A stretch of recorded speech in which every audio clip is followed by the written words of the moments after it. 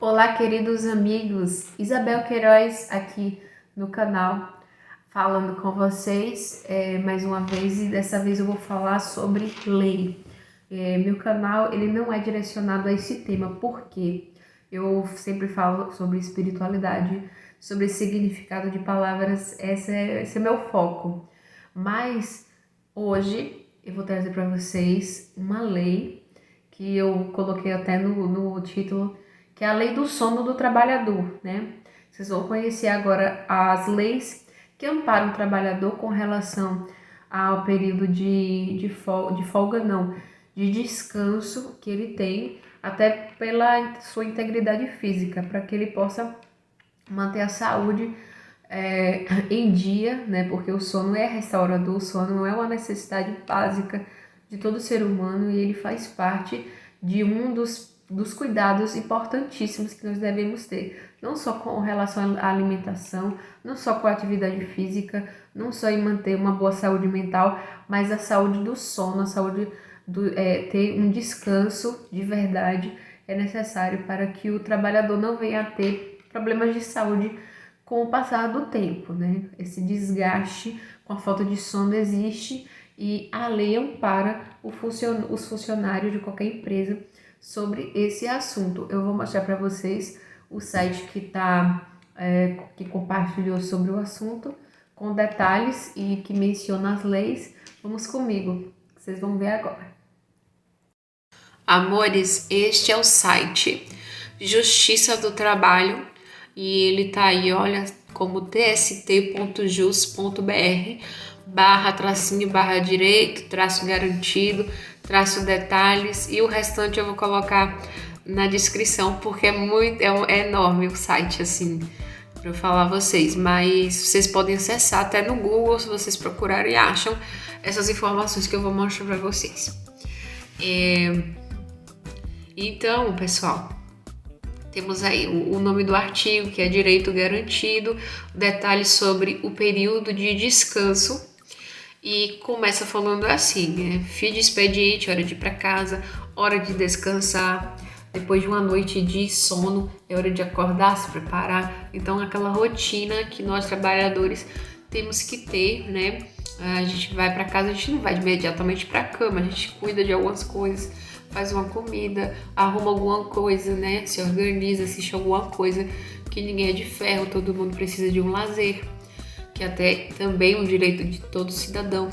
Então, temos aí a informação aqui da legislação sobre o descanso entre um dia e outro de jornada, que é nosso dever saber, para que a gente não fique assim, se deixando levar demais pelo trabalho, virar um workaholic, viciado em trabalho, e não manter a saúde em dia, que é importantíssimo, né? Como é que a gente vai trabalhar, como é que a gente vai ter um bom desempenho profissional se a gente não tiver uma boa vida, um bom descanso e uma boa vida social também em casa, né? Junto com a família. Então, vamos ver aí que o artigo 66 da Consolidação das Leis Trabalhistas estabelece que entre duas jornadas de trabalho deve haver um período mínimo de 11 horas consecutivas para descanso. Essa informação, todo patrão, toda chefia que se preze, que gosta do seu funcionário, que quer manter o seu funcionário bem e saudável, essa pessoa sabe dessa lei e ela respeita essa lei. Toda pessoa em cargos superiores, hierarquicamente falando, ela se preocupa em saber esse tempo, né, de 11 horas, que é o período mínimo de descanso consecutivos entre um horário e outro, uma jornada e outra de trabalho. Antes disso, o funcionário ele não pode simplesmente ser convocado, mas acontece muito, tem muitas pessoas, até por falta às vezes de pessoas competentes para aquele cargo, eles chamam mais vezes o funcionário e aí esse funcionário fica sobrecarregado e a gente já ouve falar até em problemas de saúde relacionados à sobrecarga de trabalho, né? E vamos lá, o período deve ser concedido assim, outra parte aqui que eu pulei, o artigo seguinte determina que o descanso semanal de 24 horas consecutivas é assegurado a todo empregado. Então, um dia inteiro de folga é um direito de todo trabalhador. O período deve ser concedido preferencialmente aos domingos. Por quê? Porque é um dia em que a maioria das pessoas está folgando. Então, é um dia que é bom para o trabalhador estar com seus familiares, né, com seus amigos. É um dia interessante, mas não precisa ser o domingo, né? Aí ele diz, salvo por motivo de conveniência pública ou urgência de serviço. Então, pode precisar daquele funcionário no domingo e aí ter que dar essa folga na segunda, mas o domingo é preferencial para muitas pessoas, até pessoas religiosas, né, que gostam de ir à missa e tudo mais.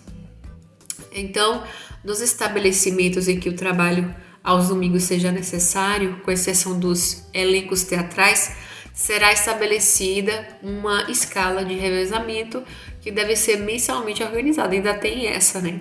Tem que haver aí um revezamento que deve ser mensalmente organizada e constando de um quadro sujeito à fiscalização. Então, existe a fiscalização do trabalho, né? E a CLT também estabelece no artigo 71 que em qualquer trabalho contínuo com duração superior a 6 horas é obrigatório a concessão de intervalo para repouso ou alimentação. A duração do intervalo deve ser de no mínimo 1 hora e exceto se previamente documentado por acordo escrito ou contrato coletivo, não poderá exceder 2 horas. Caso a jornada seja entre 4 e 6 horas, o intervalo deve ser de 15 minutos. Vale destacar que os intervalos de descanso não serão computados na duração da jornada de trabalho. E atenção, empregador! Quando o intervalo para repouso e alimentação não é concedido, a empresa é obrigada a pagar pelo período correspondente com um acréscimo de no mínimo 50% sobre o valor da remuneração na hora normal de trabalho, tá? Então, naquele dia em que o trabalhador não teve o seu direito de alimentação concedido e de repouso, ele deve ter um acréscimo daquela diária pela sua metade, né? A metade deve ser acrescida.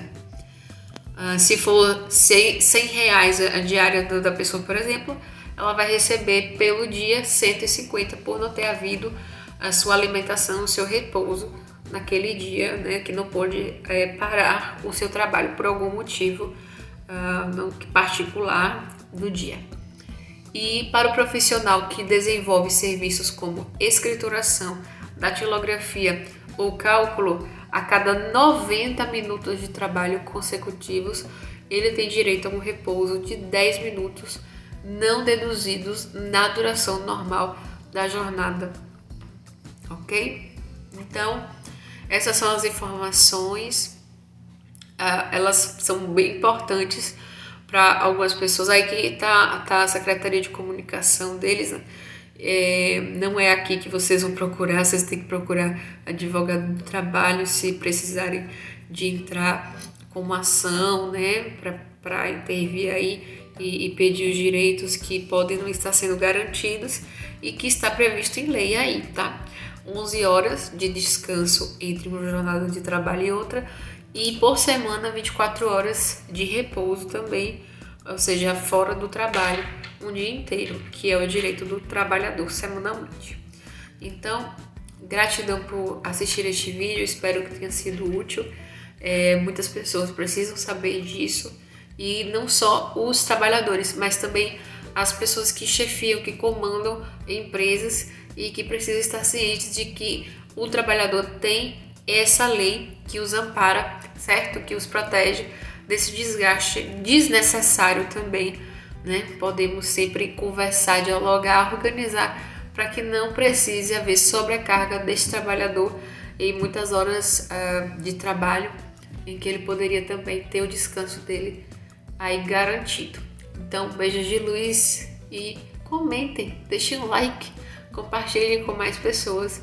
E se você é novo por aqui, seja bem-vindo a este canal e volte sempre. Acompanhe os próximos vídeos, ative o sininho para não perder nada. Tchau!